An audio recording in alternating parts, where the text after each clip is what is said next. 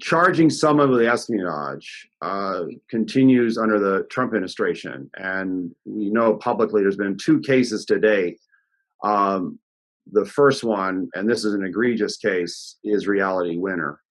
I actually identify very closely with Reality by virtue of having served myself in the Air Force.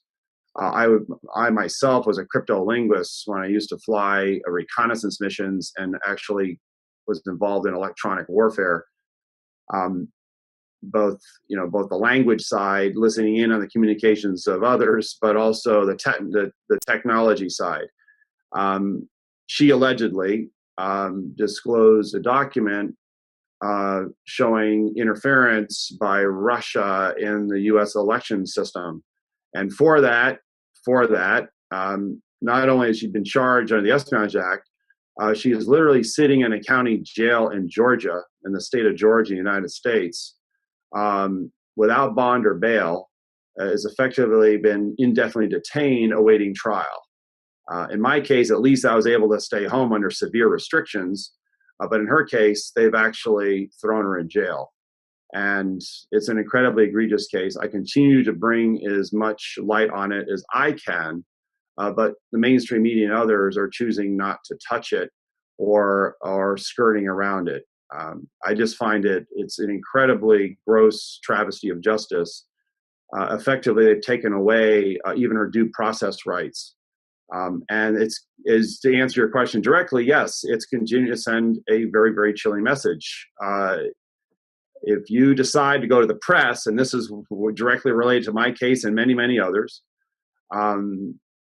you are probably committing espionage as far as the United States government is concerned. And if it rises to the level of national security and we're severely embarrassed by it, or you're disclosing what may in fact be the truth about the abuse of power, or revelations about power, or the fact that apparently the United States, with all of its vaunted technology, was unable to fend against foreign intrusions, alleged foreign intrusions, in this case in the heart of our democratic system of governance here, we're going to hammer you and hammer you good. And of course, if you're Trump, it'd be rather embarrassing to know that, for all of his public pronouncements, he wants to make an object lesson of Reality Winner. And this